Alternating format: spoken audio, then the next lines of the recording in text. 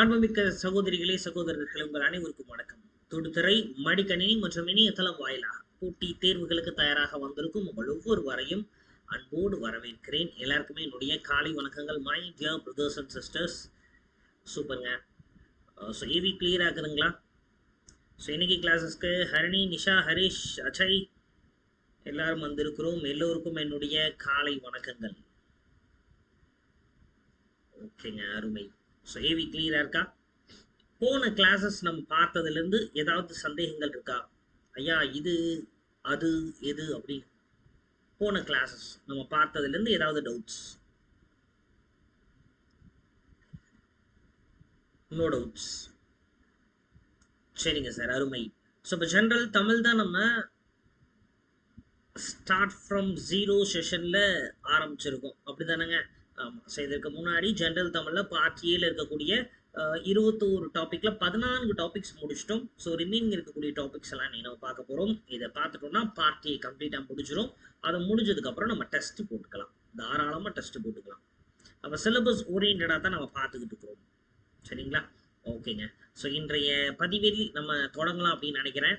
So part ஏல இதுவரை நம்ம பார்த்தது இந்த 7 டாபிக்ஸ் பார்த்துட்டோம். இந்த 7 டாபிக்ஸ்லேருந்து நமக்கு டவுட்ஸ் ஏதாவது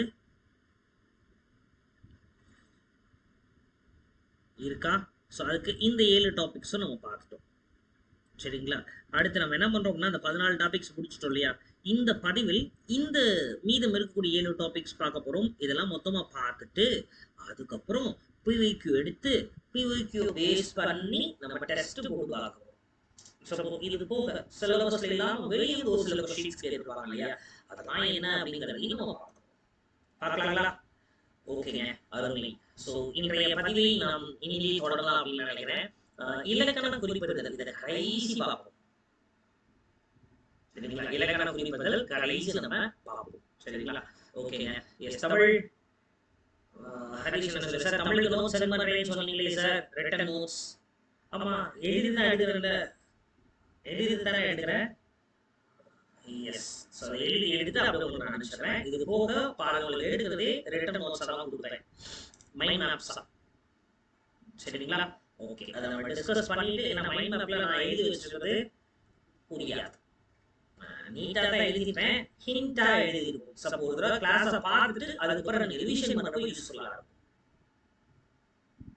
சரிங்களா ஹரிஷ்? ஓகே, பதட்டப்படக்கூடாது. சூப்பர்ங்க, அருமை. ஸோ இலக்கண குறிப்பிடுதல் மட்டும் நம்ம கடைசியில் பார்க்கலாம் சார், அதை மட்டும் நம்ம கடைசியில் பார்க்கலாம். என்னை மற்ற எல்லாத்தையும் முடிச்சுட்டு இலக்கண குறிப்பு ஈஸியாக சொல்லிடலாம். அடுத்ததான் விடைக்கேற்ற வினாவை தேர்ந்தெடுத்து எழுதுதல் அப்படின்னு கொடுத்துருக்கிறாங்க. இது ரொம்பவே எளிமையான ஒன்று. விடைக்கு ஏற்ற வினா என்ன அப்படின்றத கேட்குறாங்க, அதை பேஸ் பண்ணி நம்ம சொல்ல போறோம். சே ஃபார் அன் எக்ஸாம்பிள், இப்போ என்ன அப்படின்றது ஒரு வினா. என்ன கொஸ்டின் தானே, என்ன அப்படின்றது ஒரு கொஸ்டின், ஏன் அப்படின்றது ஒரு கொஸ்டின், எதற்கு, எப்படி. சரிங்களா? ரைட். ஸோ இது எல்லாமே கேள்விகள். இந்த எல்லா கேள்விகளுக்கும் கண்டென்ட் பதில் எப்படி சார் இருக்கும்? அப்ப என்ன அப்படின்னு கேட்டாலோ, ஏன் அப்படின்னு கேட்டா காரணத்தை நம்ம சொல்ல வேண்டும். சரிங்களா? ஆனா என்ன அப்படின்னு கேட்டா அந்த செயலோ இல்ல செய்தியோ என்னவென்று நாம் சொல்ல வேண்டும். என்ன செயல் இல்லைன்னா என்ன செய்தி அப்படிங்கிறத சொல்லணும். எதற்கு அப்படின்னு கேட்டா இதுக்கும் நம்ம என்ன சொல்றோம், ஏன்னாலும் சரி எதற்குனாலும் சரி நாம் இங்கே காரணத்தை தான் சொல்ல வேண்டும். ஓகே, எப்படி அப்படின்னா அந்த செயலை சொல்ல வேண்டும். இங்க பாருங்க, கேள்விகள் வேற வேற மாதிரி இருக்குது, ஆனா பதில் எப்படி இருக்குது? ஒரே மாதிரி. காரணத்தை சொல்றதுக்கு எதற்குன்னு கேட்டாலும் சரி ஏன்னு கேட்டாலும் சரி காரணத்தை தான் சொல்ல போறீங்க. என்ன செயல் என்ன செய்தி அப்படின்றதை எப்படி என்ன அப்படின்றத சொல்ல போறோம். சரிங்களா? ரைட். அப்போ இது எல்லாம் சேமா தான் இருக்கும். இப்போ ஒருவேளை எங்குன்னு கேட்டா எங்க சொல்றோம்?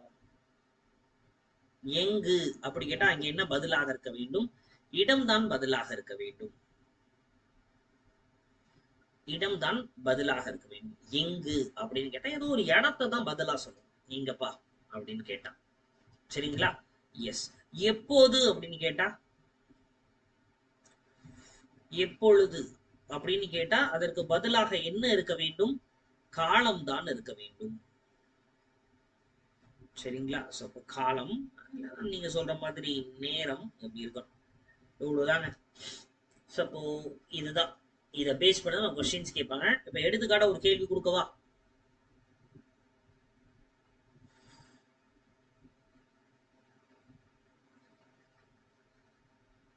திருக்குறளை இயற்றியவர் திருவள்ளுவர். சரிங்களா? இதுதான் பதில். திருக்குறளை இயற்றியவர் திருவள்ளுவர் அப்படின்னு சொல்லிருக்காங்க. விடைக்கேற்ற வினாவை தேர்ந்தெடுன்னு சொல்லியிருக்காங்க. இங்க பாருங்க, திருக்குறளை இயற்றியவர் திருவள்ளுவர் அப்படின்னு. அப்ப ஒரு பர்சனை சொல்றாங்க இல்லையா அந்த இடத்துல, ஒரு பர்சன். சப்போ பர்சனை சொன்னா இங்க என்ன சொல்லணும்? யார் அப்படின்னு கேட்டு முடிஞ்சு. அப்ப திருக்குறளை இயற்றியவர் யார்? சின்ன திருக்குறளை இயற்றியவர் யார்? ஓகே. சப்போஸ் இது கேள்விக்கு, இந்த பதிலுக்கு இதை கேள்வியா கேட்கலாமா?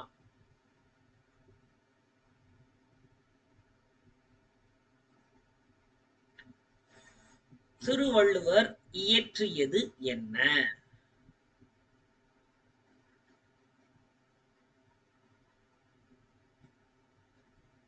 திருவள்ளுவர் இயற்றியது என்ன, இதை கேட்கலாமாப்பா? திருக்குறளை இயற்றியவர் திருவள்ளுவர் கொடுத்துட்டு திருவள்ளுவர் இயற்றியது என்ன அப்படின்ற கேள்விக்கு அது சரியான பதிலாக இருக்குமா? உறுதியா இருக்காது, கிடையாது. ஆனா ஆப்ஷன்ஸ் இப்படி கொடுக்காம இப்படி கொடுக்குறாங்க சார். சரிங்களா? எஸ், ஆப்ஷன்ஸ் எப்படிதான் இருக்குது. ஆப்ஷன் ஏ திருவள்ளுவர் இயற்றியது என்ன அப்படின்னு கேட்டிருக்காங்க. அடுத்ததா திருக்குறளை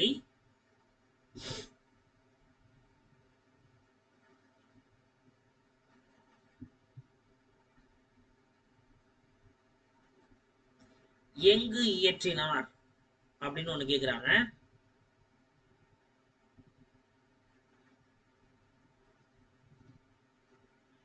திருக்குறளை எப்பொழுது, ஆக்சுவலி எப்பொழுது இங்க சொல்லக்கூடாது, எப்போதுன்னு கேட்டிருந்திருக்கலாம். நம்ம தப்பா தானே கொடுக்குறோம் ஆப்ஷனே, அதெல்லாம் அப்படியே இருக்கும்.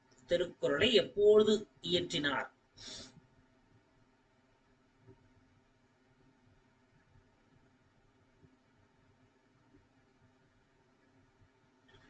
திருவள்ளுவர் எங்கு திருக்குறளை இயற்றினார்? சார் சப்போஸ் கேள்வி இப்படி கேட்கிறாங்க சார், கேள்வி இப்படி கேட்கிறாங்க. சரிங்களா? டிஎன்பிஎஸ்சி முன்ன மாதிரி கிடையாது, பயங்கரமா கேட்கிறாங்க. அப்ப நாமளும் அதுக்கு ஏற்ற மாதிரி சர்வைவல் ஆஃப் ஃபிட்டஸ்ட் மாதிரி ரெடி ஆகிக்கணும் இல்லையா? ஓகே. ஆக்சுவல் கொடுத்திருக்கிறத பாருங்க, திருக்குறளை இயற்றியவர் திருவள்ளுவர் கொடுத்திருக்காங்க. கேள்வி எப்படி இருக்கணும்னா திருக்குறளை இயற்றியவர் யார் அப்படின்னு தான் இருந்திருக்கணும். ஆனா அதை தவிர எல்லாத்தையும் கொடுத்து வச்சிருக்காங்க. இப்படி கொடுத்தாங்கன்னா இதுல எது கரெக்டான ஆன்சராக இருக்கலாம்? நம்மளுமே ஜோக்கரா இருந்தா என்னப்பா பண்றது, அந்த மாதிரி எல்லாமே தப்புங்க. ஆனா இதுல ஏதோ ஒன்று பெஸ்டா இருக்கா அப்படின்னு பாக்குறோம். இப்ப இதுக்குதான் நம்ம முன்னாடி படிச்ச ஞாபகம் வச்சுக்க போறோம். திருக்குறளை எங்கு அப்படின்னு கேட்டிருக்காங்க. அப்ப எங்கு அப்படின்னா இடத்துக்கு, இந்த எங்குன்றதுக்கு என்ன பதிலாக இருக்க வேண்டும்? இடம்தான் பதிலாக இருக்க வேண்டும். ஆனா இங்க இடத்தை பத்தியே பேசல, அப்ப பி வராது. எப்போது அப்படின்றாங்க. எப்பொழுதுனா காலத்தை பற்றி பேச வேண்டும். இங்க காலம் எதுவும் வரவே இல்லை, அப்ப இதுவும் நான் சொல்ல முடியாது. எங்கு அதேதான், அப்ப இடம் வந்திருக்கணும். அந்த இடம் பத்தி இங்க பேசவே இல்லை. அப்போ என்ன அப்படின்றது அதுக்கு கொஞ்சமாவது மேட்சா இருக்கும். ஏன்னா என்ன அப்படின்றது ஏதோ ஒரு செய்தியை சொல்கிறது. இங்க இது என்ன சொல்லுது? இன்ஃபர்மேஷனும் சொல்லுது. திருக்குறளை இயற்றியவர் திருவள்ளுவர். அப்போ ஆப்வியஸா இது மூணுமே வராதுன்னா இதுதான். சரிங்களா? எஸ். உன் பெயர் என்ன அப்படின்னு கேட்டா நாம என்ன பதில் சொல்வோம்? என் பெயர் பிரபாகரன் என்ன சொல்லுவோம். அப்போ பாருங்க, கேள்வியிலிருந்து தான் பதில் சொல்ல வேண்டும். What is your name? My name is Prabhakaran. அப்போ கேள்வியில இருந்தானே பதில் சொல்லணும். பாருங்க, இங்க பதில் கொடுத்துட்டா திருக்குறளை இயற்றியவர் திருவள்ளுவர். அப்ப கேள்வி எப்படி இருக்கணும்? திருக்குறளை இயற்றியவர் யார் அப்படின்னு இருக்கணும். சரிங்களா? ஆனா அதை தவிர மத்தெல்லாம் கொடுத்திருக்காங்க. அப்ப கொடுத்திருக்கிற ஆப்ஷன்ல எது பெஸ்டோ அதை தான் சொல்லணும். கிளியர் ஆக்குறோமா? எஸ், இவ்வளவுதான். இது ரொம்ப எளிமையான ஒன்று, ஈஸியா சொல்லலாம். விடைக்கேற்ற வினாவை தேர்ந்தெடுத்து எழுதுதல். சரிங்களா? எஸ். அடுத்தது எவ்வகை வாக்கியம் என கண்டெழுதுதல். இது கொஞ்சம் ஜாலியான ஒண்ணுதான். நிறைய பேர் குழப்புவாங்க. குழம்பியாம இருக்க என்ன பண்ணலாம்னு பார்ப்போம். சரிங்களா? எவ்வகை வாக்கியம் என கண்டெழுதுதல்.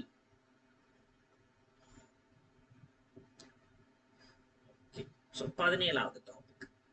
அதாவது வாக்கிய வகை அப்படின்னா நம்ம புக்ல ஒரு 6 விஷயங்கள் கொடுத்திருக்காங்க. வாக்கிய வகை. சரிங்களா?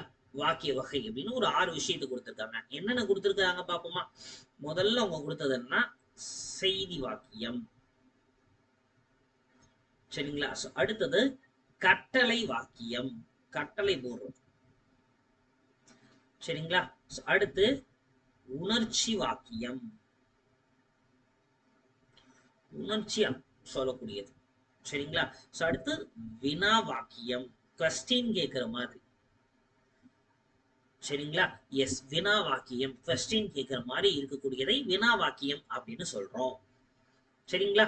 எஸ். அடுத்து உடன்பாட்டு வாக்கியம். சரிங்களா? அடுத்ததா எதிர்மறை வாக்கியம். சரிங்களா?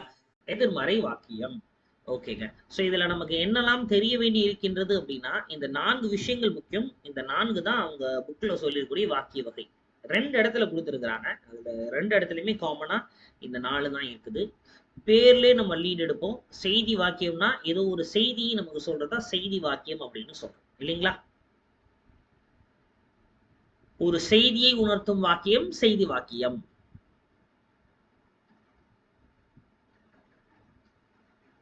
இப்ப எடுத்துக்காட்டம் நீங்க தான் சொல்ல போறீங்க. சரிங்களா?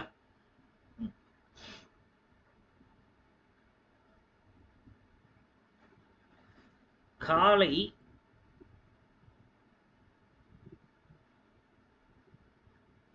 வேகமாக ஓடியது.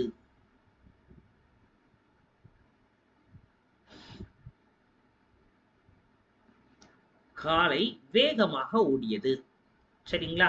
அப்படின்னு ஒரு ஸ்டேட்மெண்ட் இருக்குது. அடுத்து பாருங்க,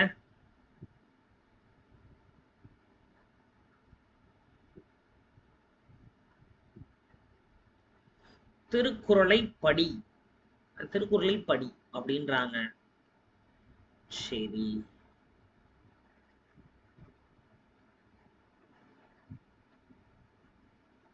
வடமொழி வரக்கூடாதுல்ல.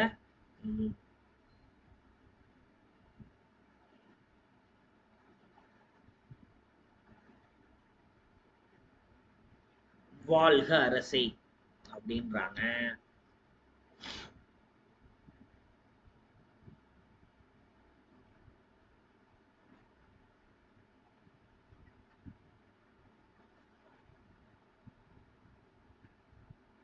நாளை என்ன தினம் அப்படின்னு கேக்குறாங்க.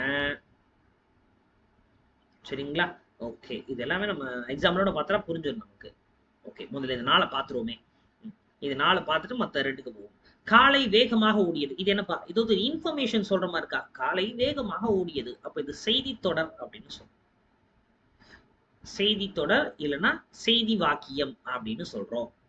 இன்ஃபர்மேஷன். காலை எப்படி ஓடிச்சு? வேகமா ஓடிச்சு இல்லையா? செய்தி. திருக்குறளை படி. இது எப்படி இருக்கு? இதை கட்டளை தொடர் இல்லைன்னா கட்டளை வாக்கியம் அப்படின்னு சொல்றோம். ஆர்டர். திருக்குறளை படி. சரிங்களா? வாழ்க அரசே. இது எப்படி இருக்கு? உணர்ச்சியா சொல்றோம். வாழ்க அரசே அப்படின்னு உணர்ச்சியா சொல்ற மாதிரி இருக்கு. அதனால உணர்ச்சி வாக்கியம். நாளை என்ன தினம் அப்படின்னு கேள்வி கேட்கிறாங்க. அதனால அது வினா வாக்கியம். சரி, ஸோ டெஃபனிஷனோட பார்ப்போமா என்ன அப்படின்னு சொல்லிட்டு. எஸ், ஏதோ ஒரு இன்ஃபர்மேஷனை சொல்லக்கூடியது நாம் செய்தி வாக்கியம்னு சொல்றோம். அப்போ இதுல ஏதோ ஒரு இன்ஃபர்மேஷன் இருக்க வேண்டும். ஏதோ ஒரு இன்ஃபர்மேஷன் இருந்தா அது செய்தி வாக்கியம். சரிங்களா? எஸ், ஏதோ ஆர்டர் போடுற மாதிரி இருந்தது. சரிங்களா? ஆர்டர் போடுற மாதிரி இருந்தது அப்படின்னா அதை கட்டளை வாக்கியம். கட்டளை போடுறாங்க. உணர்ச்சி வசமா மேக்சிமம் எக்ஸ்கிளமேட்டரி அப்படின்னு சொல்றோம். உணர்ச்சி தொடர், உணர்ச்சி குறி, எக்ஸ்கிளமேஷன், உணர்ச்சியா சொல்றது. இது மேபி உவகை, சந்தோஷமா இருக்கலாம், அச்சம், பயமாக இருக்கலாம், மகிழ்ச்சியை வெளிப்படுத்துற மாதிரி இருக்கலாம், அவலத்தை சொல்ற மாதிரி இருக்கலாம், வாழ்த்துற மாதிரி இருக்கலாம், திட்டுற மாதிரி இருக்கலாம். அப்போ பாருங்க, திட்டுறது, வாழ்த்துறது, ரொம்ப மகிழ்ச்சியா இருக்குது, ரொம்ப கஷ்டத்துல அவலத்தில் இருக்குது, இது எல்லாமே உணர்ச்சி வசத்தோட இருப்போம்ல, அதான் உணர்ச்சி தொடர். சரிங்களா? எஸ், அதுதான் உணர்ச்சி தொடர். ஓகேங்க, அருமை. நாளை என்ன தினம் அப்படின்றாங்க. இதை வினா தொடர் அப்படின்னு சொல்றோம். அதாவது என்ன சார் அப்படின்னா, வினா எழுத்துக்கள் வந்து வினா பொருளில் வர வேண்டும். சரிங்களா? கொஸ்டின் வினா பொருளில். அப்ப வினா எழுத்துக்கள்னா நமக்கு தெரியும், ஒரு 5 எழுத்து இருக்குங்க இல்லைங்களா? அந்த 5 எழுத்துக்கள் வினா பொருளில் வர வேண்டும். அப்படி வந்ததுன்னா அதைத்தான் நம்ம வினா வாக்கியம் அப்படின்னு சொல்றோம். கிளியரா இருக்கிறோமா? எஸ். இன்னும் மேல சொல்லணும் அப்படின்னா, இந்த உணர்ச்சி தொடருக்கு எக்ஸ்கிளமேட்டரி மார்க் இருக்கும். சரிங்களா? வினா வாக்கியத்துக்கு கொஸ்டின் மார்க் இருக்கும். சரிங்களா? கொஸ்டின் மார்க் இருக்கும். சரிங்களா? எஸ், ஓகேங்க.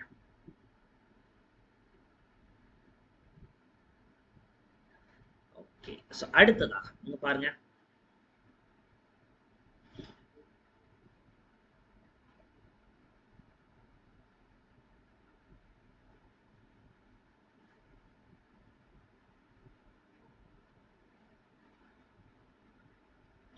இனியா பள்ளிக்கு சென்றாள். சரிங்களா? இனியா பள்ளிக்கு சென்றாள் அப்படின்னு இருக்கு சார். சார் இது செய்தி தொடர் தானே சார்? ஆமாங்க. செய்தி தொடர் தான். ஆனால் நல்லா ஞாபகம் வச்சுக்கோங்க, இனியா பள்ளிக்கு சென்றால் இன்ஃபர்மேஷன் சொல்லுதா? ஆமா. இனியா எங்கு சென்றால்? பள்ளிக்கு சென்றாள். கேள்விக்கு பதில் வந்துருச்சு. சரி, அப்ப இது செய்தி தொடர் தான். ஆனா இங்கே ஏதோ ஒரு தொழில் பாருங்க, சென்றாள் அப்படின்னா செல்லுதல் அப்படின்னு ஒரு அர்த்தம் வருதா? அப்போ தொழில் நிகழ்வதை காட்டுது, அதனால இது உடன்பாட்டு தொடர் இல்ல உடன்பாட்டு வாக்கியம் அப்படின்னு சொல்றோம். சரிங்களா? அப்போ நல்லா ஞாபகம் வச்சுக்கோங்க செல்லுங்களா, இந்த செய்தி தொடரும் சரி, உடன்பாட்டு தொடரும் சரி, டிட்டோ ஒரே மாதிரி இருக்கும். தொழில் நிகழ்வதை காட்டுவது உடன்பாட்டு வாக்கியம். இன்ஃபர்மேஷன் சொல், இதுவும் இன்ஃபர்மேஷன் சொல். இப்ப என்ன பண்ண, ரெண்டும் ஒரே மாதிரினா எப்படி கண்டுபிடிக்கிறது? பிரச்சனையே கிடையாது. ஆப்ஷன்ல ரெண்டுல ஏதாவது ஒண்ணுதான் இருக்கும். அதுதான் ஆன்சர். ஹாப்பியா? பிரச்சனை இல்லையே, முடிஞ்சிருச்சு, அவ்வளவுதான். சரி, சோ அடுத்ததா பாருங்க, இனியா பள்ளிக்கு சென்றாள் அப்படின்னு இருக்கா.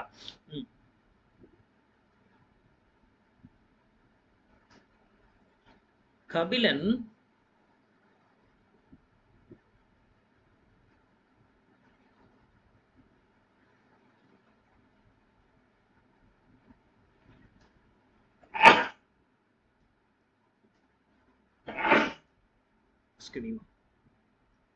கபிலன் பள்ளிக்கு சென்றிலன் அப்படின்னு சொல்றேன். சென்றிலன்.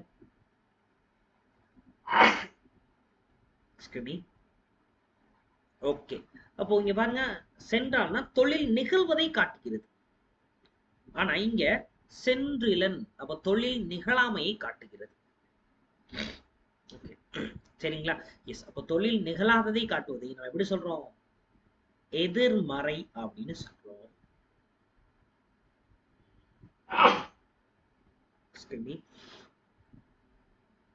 திடீர்னு கோல்டுக்கு நம்மளை பிடிச்சிருது. நமக்கு ஆனா பிடிக்க மாட்டேங்குது கோல்டையே.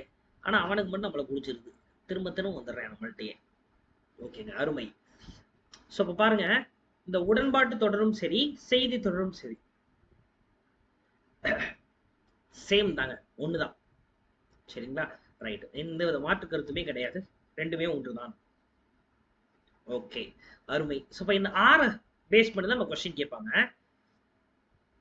அப்ப எவ்வகை வாக்கியம் என கண்டெழுந்தல்னா அந்த 6க்குள்ள இருந்து ஏதாவது ஒன்றாக இருக்கும். ஆப்ஷன்ஸை பார்த்து நம்மளால ஈஸியா சொல்ல முடியும். ஒரு சில பிஒய்க்கு எடுத்து டிஸ்கஸ் பண்ணா நமக்கு ஆன்சர் தெரிஞ்சிடும். ஸோ இதுக்கு அடுத்து பிஒய்க்கு டிஸ்கஸ் பண்ணோம் இல்லையா, அதுல வேற எப்படிலாம் கேட்டிருக்கிறாங்க அப்படின்றதை நம்ம பார்க்கலாம். ஸோ அடுத்ததாக தன்வினை, பெருவினை, செய்வினை, செய்யப்பாட்டு வினை அப்படிங்கிறத பார்க்க போறோம். பார்க்கலாமா? இது உண்மையிலுமே எளிமையான கான்செப்ட். ஆனா இதுதான் நம்ம ஆட்கள் கன்ஃபியூசிங்கா வருத்தப்பட்டு படிப்பாங்க. பார்ப்போமே.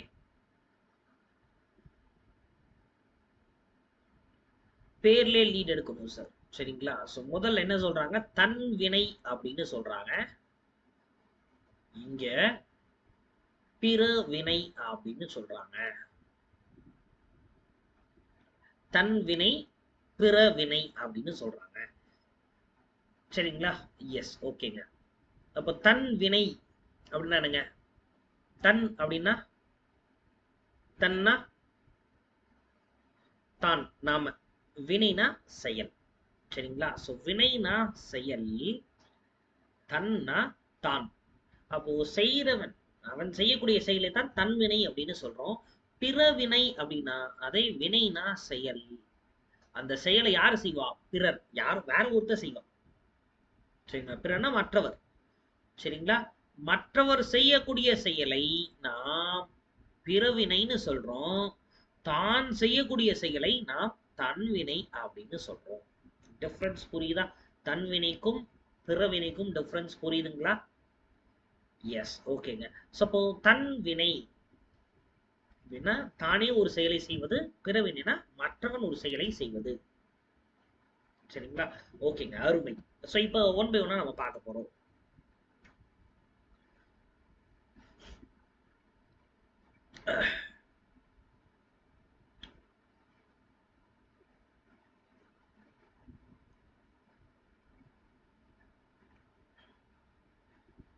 இனியன் படித்தான்.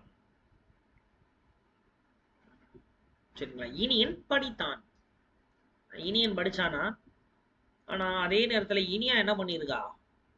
விளையாடினாள்.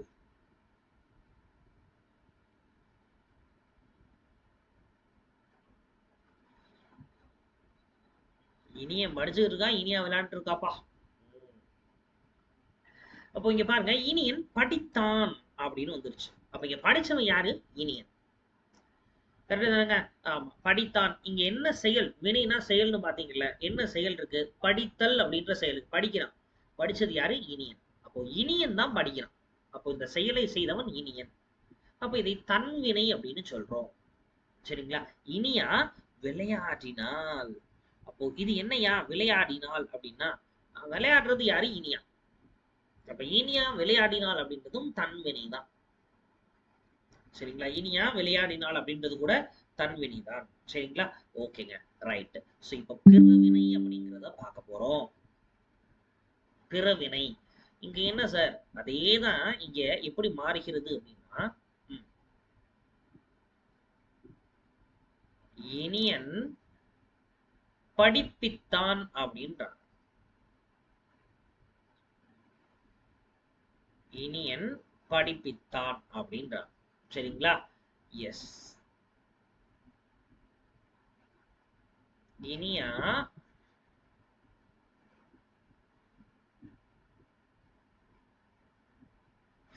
விளையாட வைத்தால்.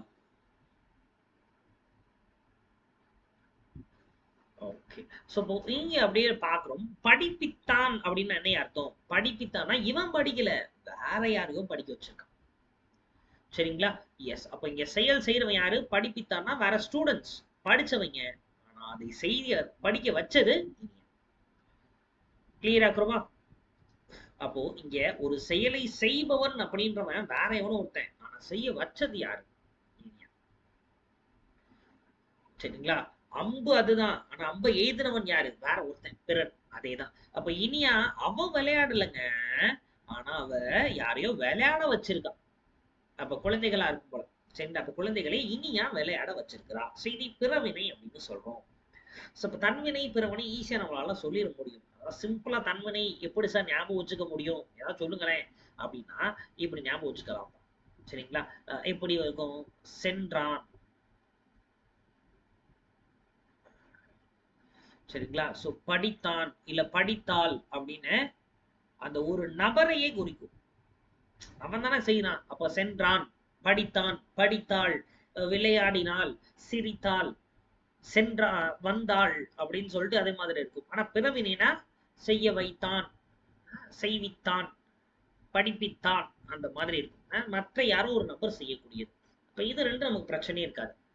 இதுக்கப்புறம் ஒரு ரெண்டு தான் பிரச்சனையா இருக்கும். பிரச்சனை ஆக்கிடக்கூடாது. செய்வினை இது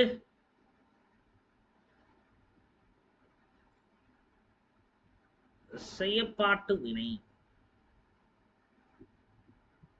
சரிங்களா? ஓகே. செய் வினை பேர்ல லீட் எடுக்கணும்னு சொல்லியிருக்கேன் இல்லையா? எஸ், வினைனா செயல். ஓகேயா? அப்ப செய்னா செய்பவர். அப்ப செய்வினை அப்படின்னா யாரை முதன்மையாக பேசும்? செய்பவரை முதன்மையாக பேசும், செய்பவரை முதன்மைப்படுத்தும்.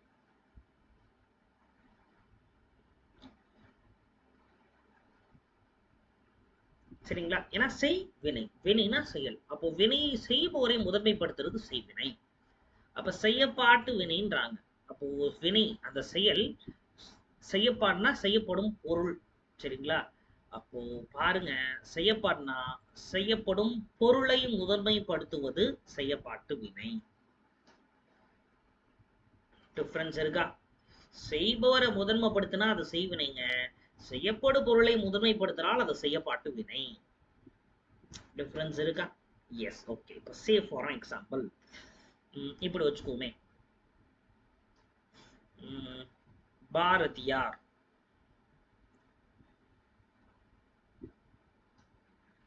சரிங்களா? பாரதியார் கவிதை எழுதினார்.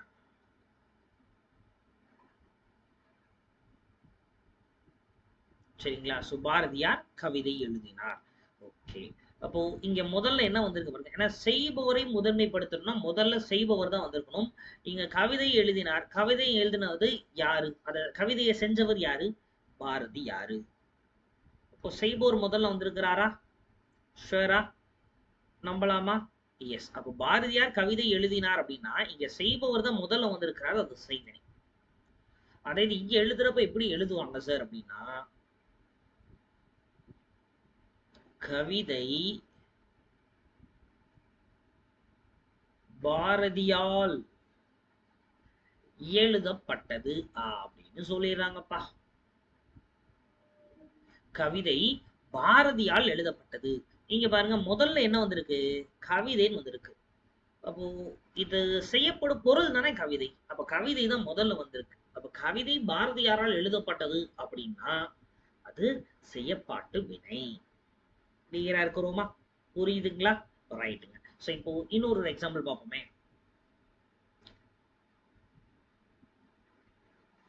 அதே வள்ளுவர், திருவள்ளுவர் திருக்குறளை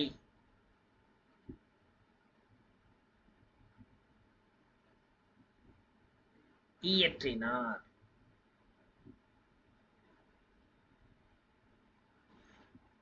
சரிங்களா? எஸ். ஆசிரியர் பாடத்தை நடத்தினார்.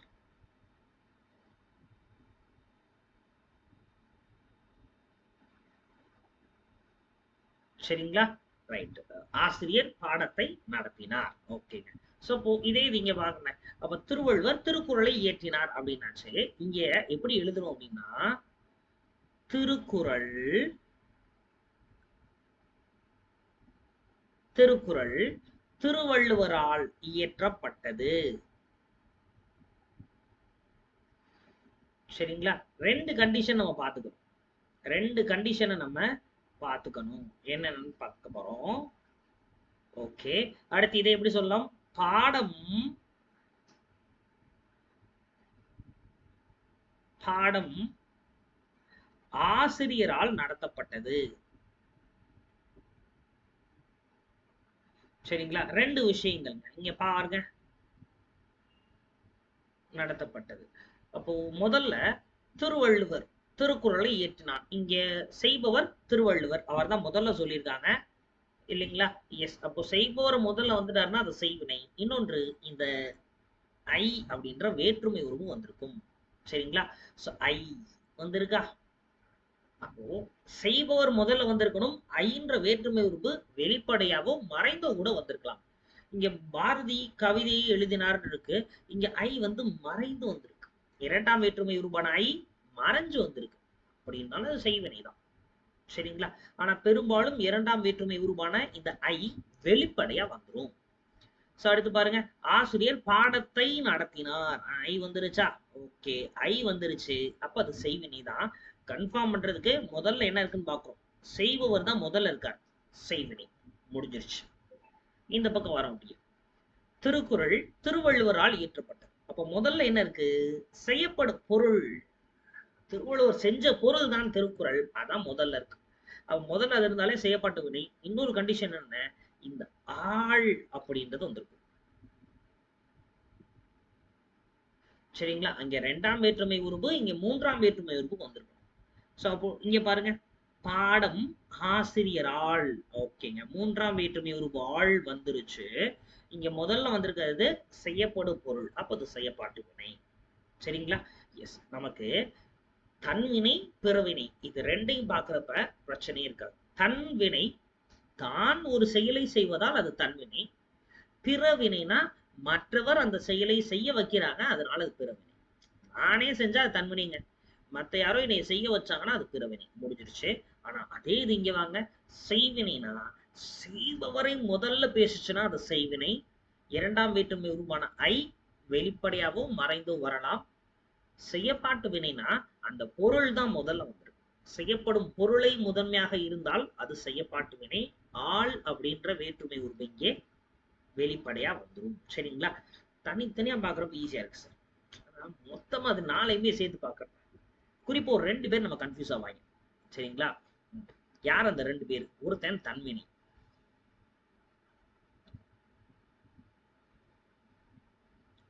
சரிங்களா? இன்னொருத்தவன் செய்வினை. இவங்க 2 பேரை எப்படி நம்ம டிஃபரன்ஷியேட் பண்றது? எங்க போனா இது முடிச்சுட்டு அதுக்கு அடுத்து வரப்போற லாவண்யா. ஏன்னா எப்படிதான் இது 2 குழப்பம். அப்படிதானே? ஓகேங்க. ஸோ தன் வினை செய்வினை. இதை நான் ஆல்ரெடி கிளாஸ் எடுத்ததுனால நான் சொல்ல போறது இல்ல. நீங்களே யோசிக்க போறீங்க. யோசிக்கலாமா?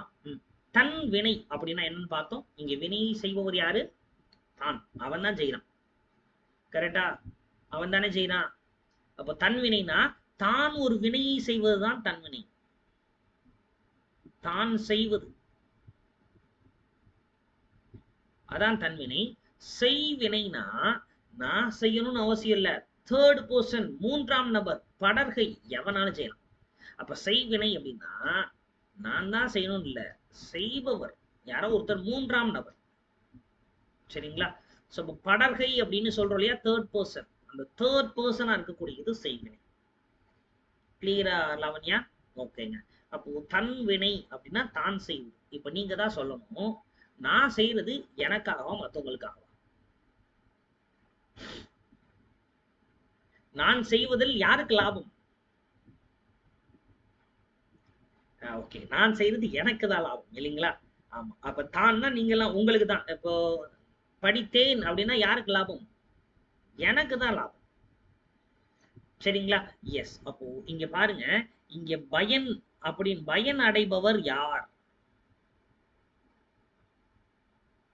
தான். நான் தான். ஏன்னா தன்வினை நான் தான் செய்யறேன். நான் படிச்சேன்னா அது எனக்கு நல்லது. அப்படிதானுங்க? நான் விளையாண்டேன்னா எனக்கு நல்லது. சோ இங்க பயனடைபவர் தான், நாம தான். ஆனா செய்வினை பொறுத்தவரை இங்கே பயனடைபவர் அப்படின்றவங்க யாரு? மற்றவர். கிளியராமா? ஓகே, இவ்வளவுதான். அப்போ தன் வினை பேர்லே லீடுங்க. தான் ஒரு செயலை செய்தால் அது தன்வினை. யாரோ 3ஆம் நபர் ஒரு செயலை செய்து செய்பவரை முதன்மைப்படுத்தினால் அது செய். சரிங்களா? ஒரு எக்ஸாம்பிள் பார்த்துட்டா நமக்கு ஈஸியா புரிஞ்சிடும். இப்ப பாருங்க, அதே இனியாவே வச்சுக்கோமே. இனியா வேணாம், போர் அடிச்சிருச்சுல. தமிழ் இனியா ஃபுல் பேரா வச்சுக்கோ, நல்ல பேரு. தமிழ் இனியா. சரிங்களா?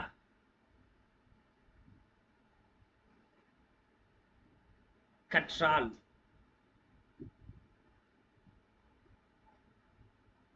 தமிழினியா கற்றால். சரிங்களா? ஓகேங்க. இங்கே கற்றால்னா படிக்கிறான்னு அர்த்தம். படிச்சவ யாரு? தமிழினியா. யாருக்கு இது லாபம்? தமிழினியாக்கு தான் லாபம். கரெக்டாங்க? அவளுக்கு தானே லாபம். ஆமா. அப்போ இங்க பயன்படுபவர் தமிழினியா தான். இது தன்வினை. இங்க செயலை செய்பவர் தமிழினியா, தன்வினை. சரிங்களா? இங்க அதே தமிழினியா எப்படின்னு பாருங்க. தமிழினியா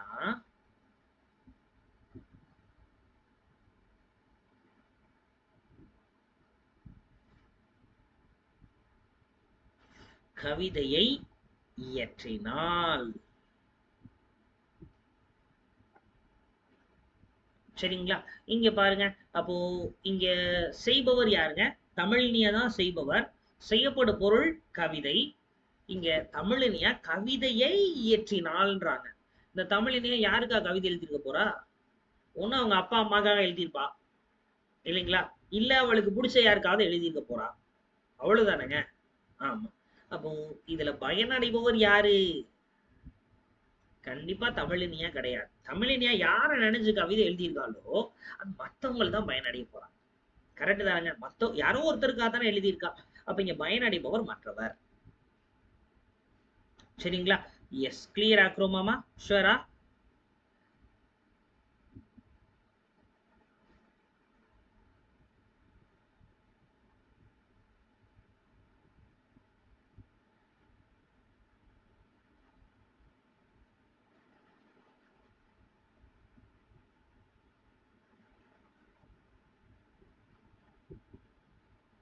செந்தாளினி கவிதை கற்றாள் அப்படின்னு இருக்கு.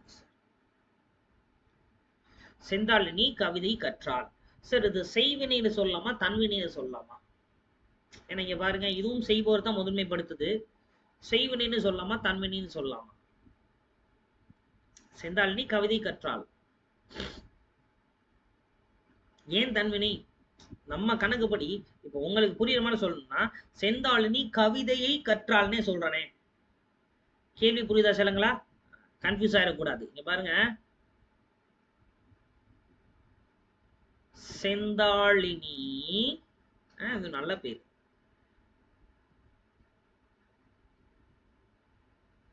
கவிதையை கற்றால் அப்படின்னு இருக்கு. சரிங்களா? த ஆப்ஷன்ஸ் தன்வினைன்னு கொடுக்குறேன் ஃபர்ஸ்ட் ஆப்ஷனே. சரிங்களா? எஸ், ஆப்ஷன் பி செய்வினை அப்படின்னு கொடுக்குறேன். சார் முக்கியமா கவனிக்கணும், இதான் கன்ஃபியூஸ் ஆகும் நமக்கு. அப்போ இங்க பாருங்க, செந்தாளினி கவிதையை கற்றால் ஏபிசிடி வேற எதுவும் கொடுத்துருப்பாங்க. செயற்பாட்டு வினை, இங்க பிற வினை கொடுக்க போறேன். முடிஞ்சிருச்சு. இப்போ செந்தாளினி கவிதையை கற்றால் நம்ம அர்த்தத்தை புரிஞ்சிருக்கோமான்னு இப்பதான் நமக்கு தெரியும்.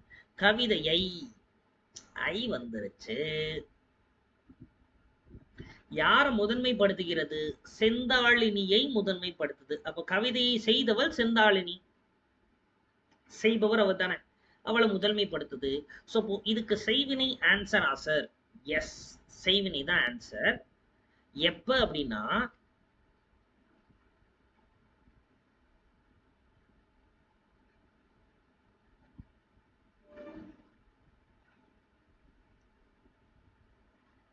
செய்யப்பாட்டு வினை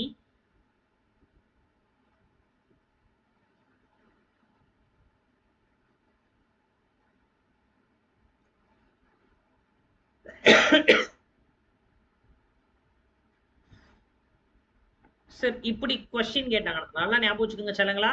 கன்ஃபியூஸ் ஆகக்கூடாது, தெளிவா படிச்சுக்கணும், அர்த்தத்தை புரிஞ்சு படிக்கணும், மக படிக்க கூடாது. அப்ப செந்தாளினி கவிதையை கற்றாள் இருக்கு.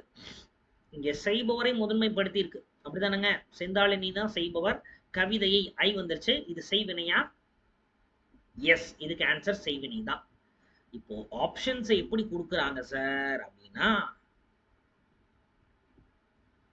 ஆப்ஷன் ஏ தன்வினை, ஆப்ஷன் பி செய்வினை, ஆப்ஷன் சி பிறவினை, ஆப்ஷன் டி செய்யப்பாட்டு வினை. ஐயா இப்ப என்ன ஆன்சரா சொல்வீங்க?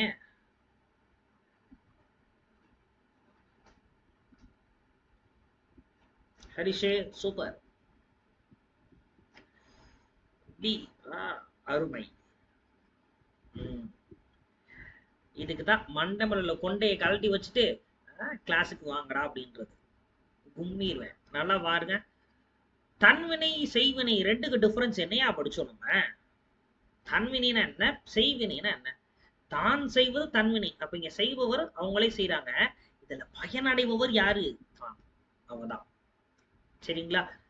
இங்க வாங்கலேன், ஆக்சுவலா வெளியிருந்து பார்த்தோம்னா செந்தாளினி கவிதையை கற்றாள் செய்போற முதன்மை படுத்திருக்கு ஐ வந்திருக்கு அப்ப செய்வினை தானே வாத்தியாரே ஆமாப்பா செய்வினை தான் ஆனா இங்கே கவிதையை கற்றால் இதன் மூலம் பயனடைபவர் யாருங்க பயனடைபவர் யாரு அவ படிச்சா அவளுக்கு தானே நல்லது ஒரு ஆள் இப்படி நினைச்சிட்டான் போல செந்தாளினி கவிதையை கற்றால் அப்போ செந்தாளினி கவிதையை கற்றா தமிழ் வாத்தியாருக்கு தான் நல்லது ஏன்னா தமிழ் வாத்தியார்ட்ட ஃபீஸை கொடுத்துல அவ படிச்சிருப்பா அப்ப தமிழ் வாத்தியாருக்கு தான் சம்பாதிச்சிருப்பான்னு நினைச்சிட்டான்னு நினைக்கிறேன் அப்படித்தானே தமிழ் வாத்தியார்ட்ட காசு கொடுத்து படிச்சிருப்பாப்பான்னு நான் இலவசமா இருக்கிற தமிழ் வாத்தியார் என்ன சொல்லுங்களா புரியுதா ஹரிணி அஜய் ஹரிஷே ஓகே செந்தாளினி கவிதையை கற்பித்தால் ஆப்ஷன் பி அப்போ தப்பு ஹரிணி அது ஆப்ஷன் டி செந்தாளினி கவிதையை கற்பித்தால் அப்படின்னா யாருக்கு அது யாருக்கோ சொல்லி கொடுக்குற அப்ப அது பிறவினை ஆப்ஷன் சி சரிங்களா ஹரிணி செந்தாளினி கவிதையை கற்பித்தால் அப்படின்னா அது ஆப்ஷன் சி பிறவினைக்கு வந்திருக்கும் இங்கதான் கற்பித்தால் சரிங்களா எல்லாருக்குமே புரியுதா இல்ல புரியாத மாதிரி உட்கார்ந்துருக்கீங்களா லாவண்யா ஒரு ஜீவன் இருந்துச்சே சமையல் பண்ணிட்டே கவனிச்சுக்கிட்டு இருக்கா அந்த ஜீவன் புரியுதுங்களாங்க எல்லாத்துக்குமே ஷுவரா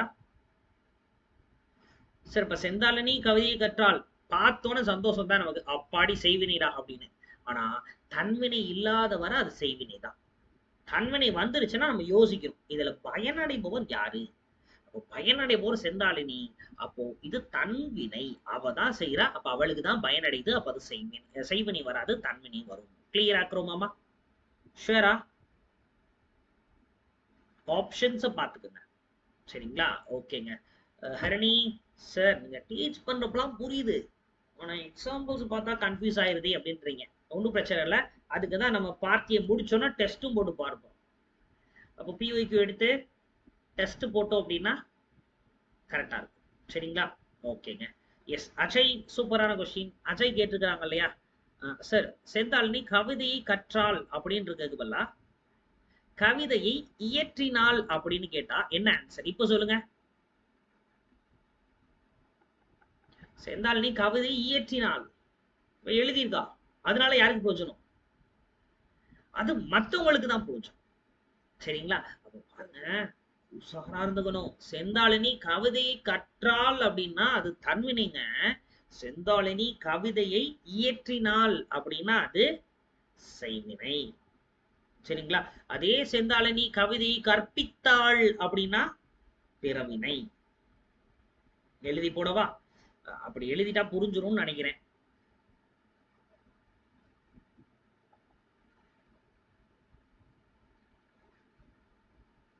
அதனாலதான் சொல்றேன் இந்த மக்கப்லாம் அடிச்சுட்டு போயிடவே கூடாது இந்த ஷார்ட்கட்ஸ் அப்படின்றதெல்லாம் நமக்கு எப்போதுமே ஹெல்ப்ஃபுல்லா இருக்காது சரிங்களா எஸ் செந்தாளினி கவிதையை கற்றாள் சரிங்களா அதே செந்தாளினி கவிதையை கற்பித்தாள்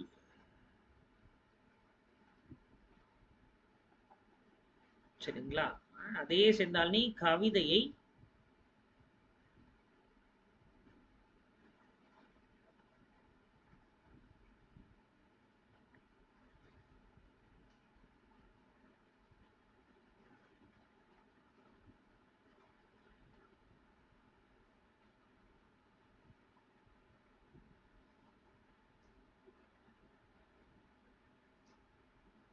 சரிங்களா ரைட் இப்ப பாருங்க செந்தாளினி கவிதை கற்றாள் அப்படின்னா இது என்னதான் சொல்றோம் நம்ம இது தன்வினை அவதான் பயனடைகிறா சரிங்களா செந்தாளினி கவிதையை கற்பித்தாள் யாருக்கும் சொல்லி கொடுக்கிறா அப்ப பிறருக்கு சொல்லி கொடுக்கிறா பிறவினை சரிங்களா செந்தாளினி கவிதையை இயற்றினாள் இதன் மூலம் பயனடைபவர் யாரோ ஒருத்தவங்க அப்போ இதை நம்ம எப்படி சொல்றோம் இதை செய்வினை அப்படின்னு சொல்றோம்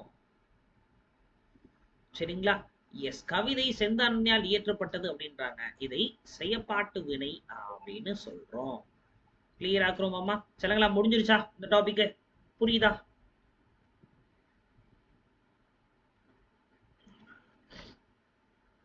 எல்லாத்துக்குமே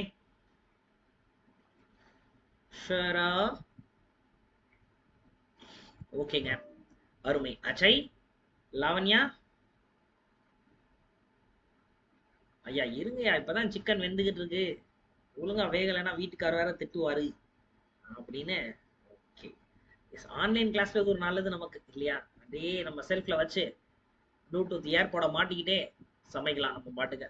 ஓகே கரெக்டா அப்படின்னு. நல்லதுங்க, சூப்பர். சரி சார். ஸோ தன்வினை, பிறவினை, செய்வினை, செய்யப்பாட்டு வினை, இது எல்லாமே நமக்கு தெரிஞ்சிருச்சு.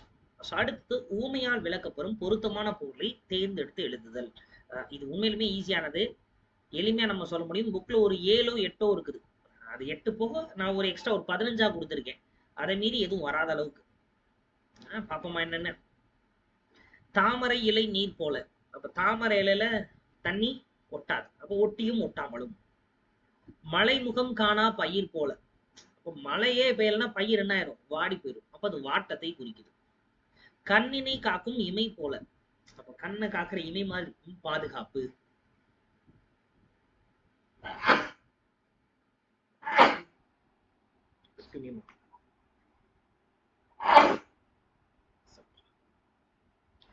புலிகேசில மாதிரிதான், அமைச்சரே நாம் யாருக்கு என்ன தீங்கு செய்தோம் அப்படின்னு. திடீர்னு நேத்தெல்லாம் நல்லா தான் இருந்தது, இன்னைக்கு மாறிடுச்சு. அப்ப சிலை மேல் எழுத்து போல அப்படின்றாங்க. இப்ப சிலை மேல் எழுதி வச்சா எப்படி இருக்கும், பெர்மனண்டா இருக்கும். கல்வெட்டு மாதிரி தானே, நிலைப்பு தன்மை, நிலைத்து இருக்கக்கூடியது. பசுமர தாணி போல, இப்ப தெளிவாக, சரிங்களா, தெளிவா புரியுது அப்படின்றது. குன்றின் மேலிட்ட விளக்கு போல, பரவுதல், சரிங்களா. அனல் இடைப்பட்ட புழு போல, வாட்டம். அனல் இடைப்பட்ட புழு போல, இடையில புழு மாட்டிக்கிட்ட மாதிரி, வாட்டம். கடலில் கரைத்த பெருங்காயம் போல, வீணாதல். காதில் ஈயத்தை காய்ச்சி ஊற்றினால் போல, கலக்கம் அடைகிறது, சரிங்களா. அத்தி பூத்தார் போல், மிக அரிதாக.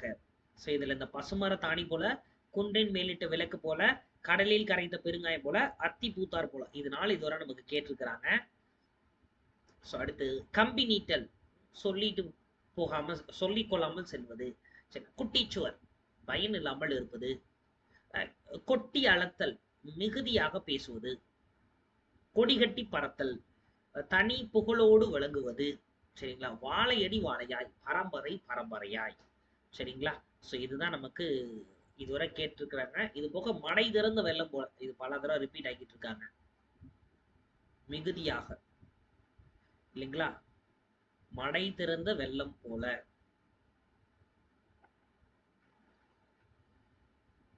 அதுக்கப்புறம் உள்ளங்கை நெல்லிக்கனி போல, இது ரெண்டுமே கேட்டிருக்கிறாங்க ரீசெண்டா. உள்ளங்கை நெல்லிக்கனி போல, இது ஈஸியா நம்மளால சொல்லிட முடியும். பட் இருந்தால் ஒரு தடவை ரீட் பண்ணிட்டு போனா சேஃப், கன்ஃபியூஸ் ஆகாம இருக்கும். எக்ஸாம்ல கொஞ்சம் கன்ஃபியூஸ் ஆகாம இருக்கன்னா ஒரு தடவை ரீட் பண்ணிட்டு போறது சேஃப். அப்ப மடை திறந்த வெள்ளம் போலனா மிகுதியாக, நிறைய, சரிங்களா. சோ மிகுதியாக வருவது, மிகுதியாக வருவது, பெறுவது அப்படி வச்சுக்கலாம். உள்ளங்கை நெல்லிக்கனி போலனா வெளிப்படை தன்மையா இருக்கு. உள்ளங்கை நெல்லிக்காய் வச்சா அப்படி இருக்கும், அப்படமா தெரியும்ல, அதான் சொன்னாங்க, வெளிப்படை தன்மை.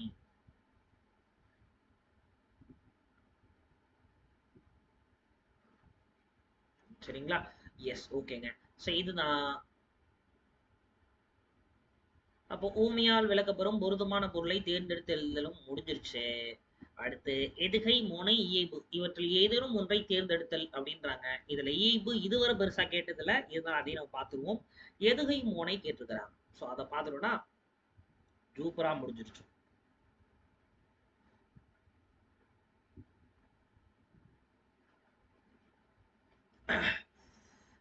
யாப்பு இலக்கணம் அப்படின்னு சொல்றாங்க சார். யாப்பு, இந்த யாப்பினுடைய உறுப்புகள் எத்தனைன்னா ஒரு 6 உறுப்புகள் இருக்குது யாப்புக்கு, சரிங்களா. எழுத்து அப்படின்றதுல ஆரம்பிச்சு அசை, சீர், வரிசையா போகுது. தொடை, சாரி, எழுத்து, அசை, சீர், அடி, தொடை அப்படின்னு வரிசையா போகுது. சரி, ரைட். அப்போ எழுத்துக்கள் சேர்ந்தது அசை, அசை சேர்ந்தது சீர், சீர் சேர்ந்தது அடி, பல அடிகள் சேர்ந்தது தொடை அப்படின்னு வரிசையா போகுது. இதுல நமக்கு தொடை அப்படின்றது இருக்குது இல்லையா, இந்த தொடையில இருந்தா நமக்கு சிலபஸ் இருக்குது. அப்ப இந்த தொடை எத்தனை வகைப்படும் அப்படின்னா இது 8 வகைப்படும், சரிங்களா. எதுகை தொடை, மோனை தொடை, இயைபு தொடை, முரண் தொடை, சரிங்களா, அளபடை தொடை, அந்தாதி தொடை, இரட்டை தொடை, அதுக்கப்புறம் பாத்தீங்கன்னா இதுல எதுவுமே இல்லாத ஒன்று செந்தொடை அப்படின்னு ஒரு 8 தொடைகள் இருக்குது. இந்த 8 தொடைகள்ல நமக்கு எதுகை மோனை தான் கேட்கிறாங்க. சரிங்களா? ரைட்டுங்க. என்னன்றதை பார்த்துருவோமா? நல்லா பாருங்க, இது எல்லாருக்குமே கன்ஃபியூசிங்காவே இருக்கும். எதுகை மோனை தான் சுத்தி சுத்தி கேட்கிறாங்க. எதுகை மோனை. ரைட்டு. எதுகை அப்படின்னா என்ன சார்? இரண்டாம் எழுத்து ஒன்றி வந்தால் அது எதுகை. அப்ப ரெண்டாவது எழுத்தை பார்க்கிறோம். ரெண்டாம் எழுத்து ஒரே மாதிரி வந்தது அப்படின்னா அது எதுகை. மோனைனா என்னங்க? முதல் எழுத்து ஒன்றி வந்தால் அது மோனை. இது எல்லாருக்குமே கன்ஃபியூஸ் ஆகும். ஏன்னா நம்ம சொல்றப்ப யோசிச்சு பாருங்க, முதல் எழுத்து அப்புறம் தான் ரெண்டாவது எழுத்து. ஆனா மோனை எதுகை நானே சொல்லணும். ஆனா சொல்றப்ப எதுகை மோனை எதுகை மோனைன்னு சொல்றதுனால நிறைய பேர் எக்ஸாம்ல எப்படி கன்ஃபியூஸ் ஆவாங்கன்னா, எதுகைனா முதல் எழுத்து, மோனைனா ரெண்டாவது எழுத்து நினைச்சுக்குவாங்க. ஆனா நம்ம அப்படி நினைச்சிடக்கூடாது. சரிங்களா? எஸ். என்ன எதுகைனா ரெண்டாவது எழுத்து, மோனைனா முதல் எழுத்து. இன்னும் புரியுற மாதிரி சொல்லணும்னா, மோனை முதல் எழுத்து, ரெண்டுமே மாவரிசையா?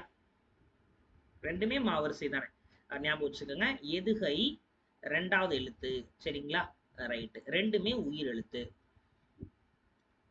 சின்ன சின்னதா வச்சானா தான் அப்பா அப்படின்னு கன்ஃபியூஸ் ஆகாம இருக்கும். சரிங்களா?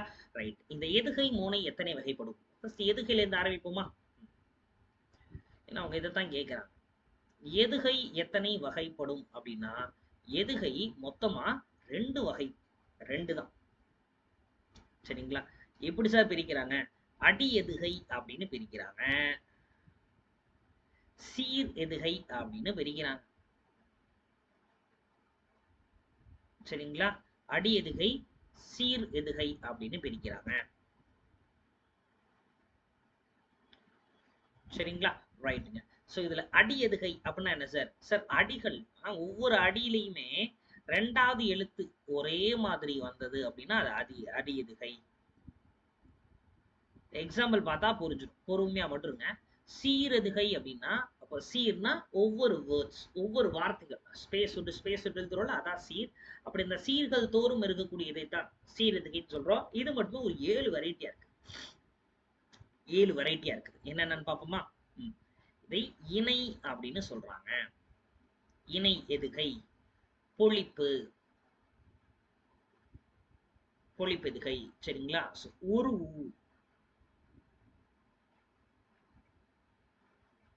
சரிங்களா? எஸ். கூளை, கூளை எதுகை. அடுத்து மேற்கதுவாய்,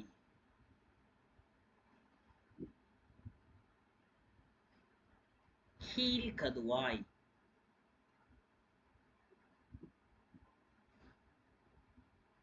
முற்று அப்படின்னு ஒட்டு மொத்தமா 7 இருக்கு. பேர்லாம் கஷ்டமா இருக்கே சார், ஞாபகம் வச்சுக்க முடியுமா? ஒன்றும் பிரச்சனை இல்லை. பேர்லாம் நம்பர்ஸ் பண்ணி ஞாபகம் வச்சுட்டா போதும். ஸோ பார்ப்போமா? இ, போ, ஓ, கு, மே, கி, மு. என்னையா அது? சிம்பிள். இது பேர்லாம் நம்ம கஷ்டமா இருக்கு இல்லையா? முதல் எழுத்து ஞாபகம் வச்சுட்டு ஒரு ஷார்ட்கட் மேக் பண்ண போறோம். இப்போ ஒரு கூளை மேல கீழேன்னு முழிப்பான். கிளாஸ்ல கொஸ்டின் கேட்க போறேன், ஒருத்தன் பாரு மேல கீழன்னு முழிக்க போறான் அப்படின்னு வாத்தியார் சொல்லுவார்ல, அதுதான் இது. சரிங்களா? சப்போ இணை. சரிங்களா? பொழிப்பு, ஒரு, கூளை, மேற்கதுவாய், கீழ்கதுவாய்,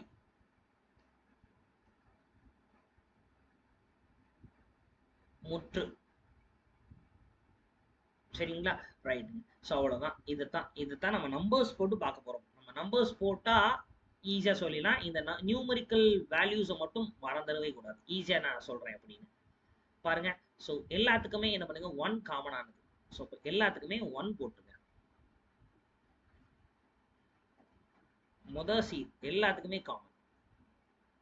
அப்போ எல்லாத்துக்குமே 1. எல்லாம் ஃபில் பண்ணியாச்சா? எஸ். ஸோ அடுத்ததான் இங்கே தான் ஃபில் பண்ண போறீங்க. 2, 3, 4 முடிஞ்சிருச்சு. ஏன்னா மொத்தமே 1ல இருந்து 4 வரை தான் நம்ம பார்க்க போறோம். சரிங்களா? ஸோ 1 2 3 4. அப்போ எல்லாத்துக்கும் 1 போட்டாச்சு, 2 3 4 ஃபில் பண்ணியாச்சு. ஸோ 2 2 ஃபில் பண்ணியாச்சுல, இப்போ 3 3 ஃபில் பண்ணணும். அப்போ அதுக்கு என்ன பண்ணுறோம்னா முதல்ல 1 2 3 இதை மட்டும் ஞாபகம் வச்சுக்கோங்க. 1 2 3 கூழ தூக்கி குடிச்சிடணும். அப்போ ஞாபகம் வச்சுக்கோங்க 1 2 3. அப்போ இனிமேல் ஃபுல்லாக 3 3 பண்ண போகிறோம். அப்போ மேல் கதுவாயின்றாங்க, ஒன்று ஆல்ரெடி இருக்கு. மேல் கதுவாய்னா மேலே இருக்கக்கூடிய நம்பர்ஸ். அப்போ மேலே இந்த 2 நம்பர் தான் இருக்கு, பெரிய நம்பர்ஸ். அப்போ அதை போட்டுருங்க. சரிங்களா? ஸோ அப்போ 1 3 4. அப்போ கீழ் கதுவாய் அப்படின்றாங்க, கீழே இருக்க நம்பர்ஸ் ஆல்ரெடி 1 இருக்கு. அப்போ 2 மட்டும் போட்டுக்க போறோம், பெரிய நம்பர் அப்படி வச்சுக்கோ. 1 2 4. முற்று அப்படின்னா முழுசுன்னு அர்த்தம். மொத்தமே 4 நம்பர் தானே, அப்போ முழுசா போடுறோம். சரிங்களா? That's all. இவ்வளவு இந்த நம்பர்ஸை மட்டும் ஞாபகம் வச்சு இதை கரெக்டா போட தெரிஞ்சிருச்சுன்னா முடிஞ்சிருச்சு. கிளியரா இருக்கிறோமா? ஷுவரா? எஸ். ஓகேங்க. இப்போ பாருங்க,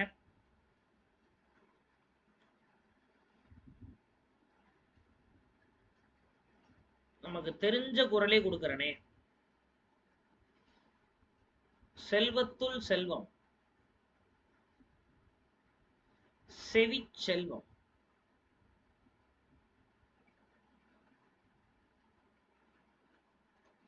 அச்செல்வம்,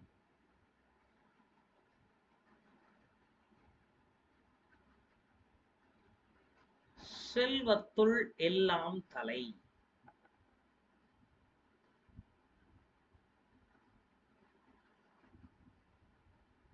சரிங்களா? ரைட்டுங்க. சோ இப்போ நம்ம எதுகை பார்த்துக்கிட்டோம். எதுகைனா ரெண்டாவது எழுத்து. இவன் நம்பர் போட்டுக்கோமா. அப்ப முதல் லைன் எடுத்துக்கிறோமா. இது 1, இது 2, இது 3, இது 4. அப்ப நம்பர்ஸ் போட்டாச்சு.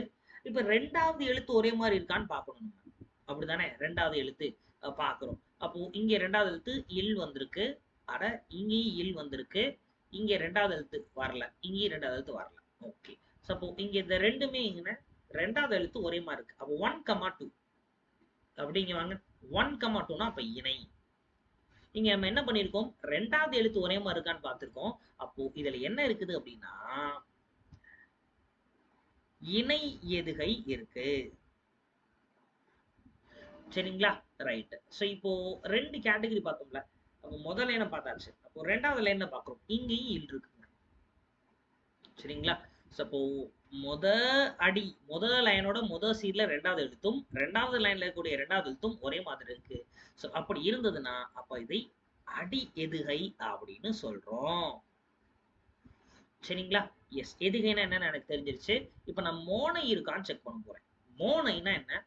எழுத்து பாப்போமா. சே. இங்கேயும் ஒரு சே இருக்கு, இங்கேயும் ஒரு சே இருக்கு. ஓகே. ஸோ அப்போ 1 2 3, அதாவது 1 2 3. அப்போ 1 2 3னா இங்க பாருங்க என்ன எங்க இருக்கு, இந்த இருக்கு 1 2 3. அப்ப கூளை. அப்போ இது கூளைப்பா. கூளை எழுத பார்த்திருக்கிறோம். அப்போ அது மோனை. சரிங்களா? ஏன்னா 1 2 3ல இருக்குது. அதே மாதிரி இங்க பாருங்க, எழுத்து சே, இங்கேயும் சே. அப்ப அடிதோறும் ஒன்னா வந்திருக்குது. அப்ப இதை எப்படி சொல்றோம்? அடிமோனைன்னு சொல்றோம். சரிங்களா? கிளியரா இருக்கிறோமா? சரி, இதான் சுத்தி சுத்தி கேட்டுட்டே இருக்காங்க. ஈஸியா ஞாபகம் வச்சுக்கலாம். டன்னா? இந்த நம்பர்ஸை மட்டும் ஞாபகம் வச்சுக்கோங்க. இந்த நம்பர்ஸை ஞாபகம் வச்சுக்கிட்டா போதும், ஈஸியா நம்மளால சொல்லிட முடியும். இவ்வளவுதான். பாக்குறப்போ குழப்புற மாதிரி இருக்கும். நான் மேல் கதுவாய் கீழ் கதுவாய் புரியவே இல்லையே அப்படின்னு தோணும். சிம்பிள். இப்ப ஒரு கூளை மேல கீழேன்னு முடிப்பான். இப்ப ஒரு கூளை மேல கீழேன்னு முடிப்பான். முடிஞ்சிருச்சு. சரிங்களா? எஸ். ஸோ இதை பேஸ் பண்ண நம்ம கொஸ்டின்ஸ் கேட்கறாங்க சமீபத்திய தேர்வுகள்ல. ஸோ இப்போ 20வது டாபிக்கும் முடிஞ்சிருச்சு. இது போக பழமொழிகள். இந்த பழமொழிகள் பொறுத்த வரைக்கும் நமக்கு புக்ல எஸ்சிஆர்டியில என்னென்ன பழமொழிகள் இருக்கோ அதை பேஸ் பண்ணி தான் கேட்டுக்கிட்டே இருக்காங்க. அதை பேஸ் பண்ணி தான் இருக்கும். ஜஸ்ட் அதை ரீட் மட்டும் பண்ணிக்கோங்க. சரிங்களா? ஸோ இதோட இந்த பதிவு நமக்கு முடிவுக்கு வருகிறது. ஸோ பார்ட் ஏல சிலபஸ் ஓரியன்டா எல்லாமே பார்த்து விட்டோம். ஆனா சிலபஸ்க்கு வெளியே இருந்து ஒரு சில இலக்கணங்கள் புக்ல இருக்கு, ஆனா சிலபஸ்ல சொல்லல. அந்த மாதிரி இலக்கணம் என்னென்ன இருக்குது அப்படின்றதை அடுத்த பதிவில் சூப்பரா நம்ம பார்க்கலாம். சரிங்களா? ஸோ அதுல பாக்குறப்ப இலக்கண குறிப்பு சேர்த்து கவர் ஆயிடும். ஏன்னா இலக்கண குறிப்பு படிக்கிறதுக்கு அந்த எல்லாமே தெரிஞ்சிருக்கும். சரிங்களா? ஸோ அதெல்லாம் பாக்குறப்ப நம்ம ஒட்டுமொத்தமாக கவர் ஆயிடும். இப்போ நம்ம பார்த்ததோட இந்த செஷன் முடிவுக்கு வருகிறது. மீண்டுமாக வேறொரு பதிவு சூப்பரா சந்திக்கலாம். உங்க ஃப்ரெண்ட்ஸ் யாராவது டிஎன்பிசிக்கு ப்ரிப்பேர் பண்ணிட்டு இருந்தா அவங்களுக்கும் நம்ம சேனலை பத்தி சொல்லி இதுல ரொம்ப எளிமையா கிளாஸ்லாம் எடுக்கிறோம் அப்படின்ற நல்ல விஷயத்தையும் எல்லாருக்கும் சொல்லுங்க. Sharing is caring. So wish all the very very very best. மீண்டுமாக வேறொரு பதிவில் சூப்பரா சந்திக்கலாம். My dear brothers and sisters. Thank you.